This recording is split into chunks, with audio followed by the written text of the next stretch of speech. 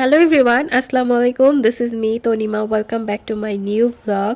সবাই কেমন আছেন? আশা করি সবাই খুব ভালো আছেন। বাট আমি আজকে তেমন একটা ভালো নেই, কারণ আমি একটু সিক। আর ভয়েসটা শুনলে হয়তো বুঝতে পারছেন।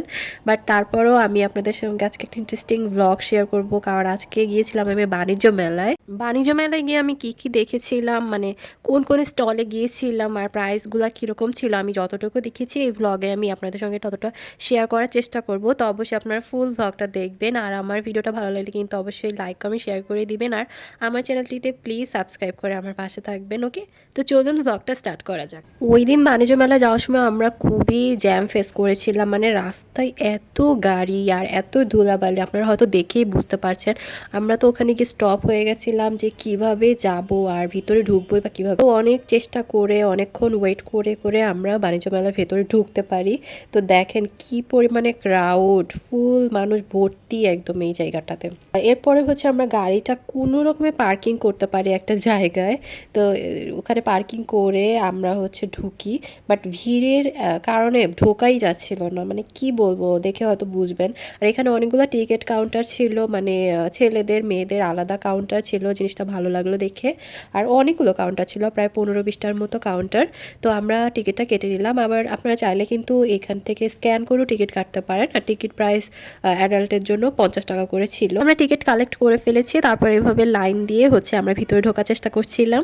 তো বাণিজ্য মেলা আসলে প্রত্যেকবারই আসা হয়, আর বাণিজ্য মেলা আহামরি তেমন একটা পরিবর্তন মনে হলো না, আগের মতোই লাগছিল। আর ভিড় আসলে অত্যাধিক মাত্রায় ছিল, জানি না কেন এত ভিড়। আমার তো মনে হচ্ছিল যাওয়ার আগে যে বাণিজ্য মেলায় হয়তো কেউ যায়ই না, বাট গিয়ে তো আমি ফুল অবাক হয়ে গেলাম যে এত ভিড় হয়েছে। অবশ্য আমরা গিয়েছিলাম হলিডেতে, এই জন্য হয়তো বা ভিড়টা বেশি ছিল। তো তারপরে আমি ফার্স্টে ঢুকে একটু ভিডিও ক্যাপচার করছিলাম, আর এখান থেকে এই খুন্তিগুলো আমি নিয়ে নিলাম, মানে রান্না করার হচ্ছে এগুলো কাঠের। তো এগুলোর প্রাইসও আমার কাছে একটু বেশি লেগেছে, বাট তারপরেও কেন জানি কিনে নিয়েছিলাম, পরে বুঝতে পারলাম যে প্রাইসটা বেশি। তারপরে এখানে আমি একটা মিল্ক প্যানের সন্ধানে ঢুকেছিলাম। তো মিল্ক প্যানগুলোর প্রাইস অনেক বেশি ছিল, মানে একটা মিল্ক প্যানের প্রাইস ছিল 2500-3000 টাকা, মানে যেটাই ভালো লাগছে সেটারই দাম বেশি।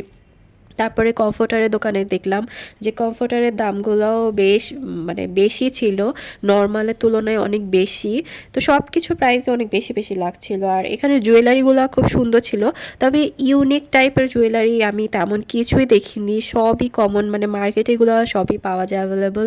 আর এখন তো ঢাকাতে বিভিন্ন জায়গায় মেলা হয়, ঢাকার বাইরেও বিভিন্ন জায়গায় মানে সাপ্তাহিক মেলা হয়, ওগুলো তো আমি দেখতে পাই এই জুয়েলারিগুলো।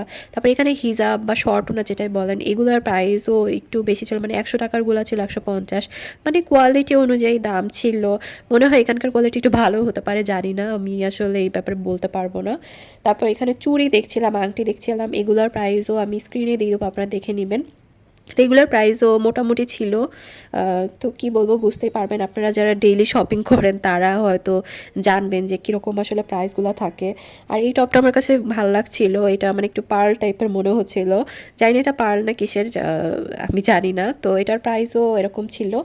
আর এই কানের দুলটা আমার হাজব্যান্ড আমাকে দেখাচ্ছিল, কেনার পরে ঘুরে ঘুরে দেখছিলাম, আসলে তেমন কিছুই কেনার মতো আমার নেই, যে কি কিনবো আমি আসলে বুঝতে পারছিলাম না। আর ভেবে নিয়েছিলাম যে ইউনিক কিছু দেখলে হয়তো কিনবো, বাট ওরকম কিছু দেখিনি।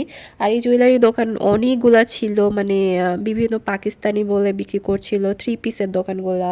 তারপরে মানে বিদেশি নাম দিয়ে বিক্রি করছিল, বাট মনে হচ্ছিল যে এগুলো আমরা সবসময় মার্কেটে দেখতে পাই, ওরকম ইউনিক কিছু মনে হচ্ছিল না। তো এভাবে ঘুরছিলাম আর ভিডিও ক্যাপচার করছিলাম আপনাদের জন্য। তো এইগুলাই ছিল, এখানে আমার ঘোরাঘুরি শেষ। তো তারপরে আমরা ঠিক করলাম যে কিছু একটা খাবো। তো ওখানেই হচ্ছে নুডলস রামেনের দোকানও ছিল, বাট আমরা আর কেন জানি খাইনি, আমরা চলে গেছিলাম আইসক্রিমের দোকানে। তো আইসক্রিমের দোকানে গিয়ে আমি দেখলাম যে কেকের ছবি দেওয়া আছে, তো আমি ভাবলাম যে কেক খাবো, কিন্তু কেক খাওয়ার জন্য ওরা আমাকে ওই পাশে যেতে বললো, আর দেখলাম যে এরকম একটা লাইন।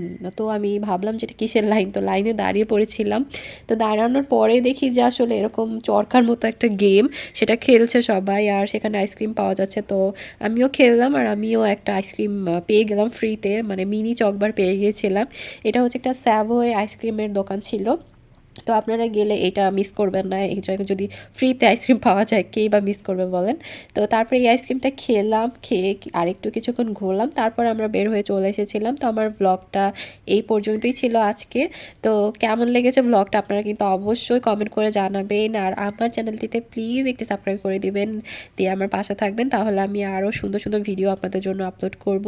তো আজকের মতো এই পর্যন্তই। সবাই ভালো থাকবেন। আল্লাহ হাফেজ।